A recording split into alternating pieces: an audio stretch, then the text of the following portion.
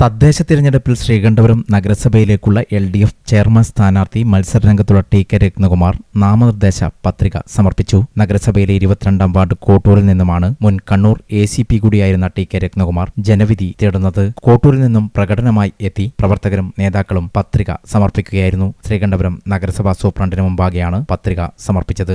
ജനപ്രതിനിധിയായി തന്നെ തിരഞ്ഞെടുക്കുകയാണെങ്കിൽ ജാതി മത ഭേദമന്യേ മുഴുവൻ ആളുകളെയും കൂട്ടിയോജിപ്പിച്ച് ശ്രീകണ്ഠപുരം നഗരസഭയുടെ മാറ്റത്തിനായി പ്രവർത്തിക്കും LDF ചെയർമാൻ സ്ഥാനാർത്ഥി കൂടിയായ ടി.കെ. രത്നകുമാർ പ്രതികരിച്ചു. ഞാൻ ഇടതുപക്ഷ ജനാധിപത്യ മുന്നണിയുടെ 22-ാം വാർഡിലെ സ്ഥാനാർത്ഥിയാണ്. ഈ വരുന്ന തദ്ദേശ വകുപ്പ് സ്വയംഭരണ വകുപ്പ് തെരഞ്ഞെടുപ്പിൽ എന്നെ വിജയിപ്പിക്കുകയാണെങ്കിൽ ഞാൻ കക്ഷി രാഷ്ട്രീയ ഭേദമന്യേ ജാതി മത ഭേദമന്യേ എല്ലാ ആളുകളെയും ഒരുമിച്ച് ചേർത്ത് നിർത്തി ഒരേപോലെ കണ്ട് കൂടെ നിർത്തി നാടിൻ്റെ സമഗ്ര വികസനത്തിനായിട്ട് പ്രവർത്തിക്കുന്നതായിരിക്കും.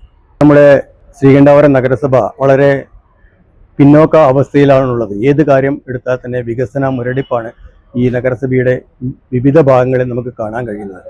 തീർച്ചയായിട്ടും ഈ നഗരസഭയെ ഒരു വലിയ മുന്നേറ്റം, കേരളത്തിൽ അറിയപ്പെടുന്ന ഒരു നഗരസഭയായിട്ട് വികസനത്തിൻ്റെ ഒരു വ്യത്യസ്ത മുഖം ഇവിടെ കാഴ്ചവെക്കാൻ ഞങ്ങൾ ഇടതുപക്ഷ ജനാധിപത്യ മുന്നണി അധികാരത്തിലെത്തിയാൽ ചെയ്യും.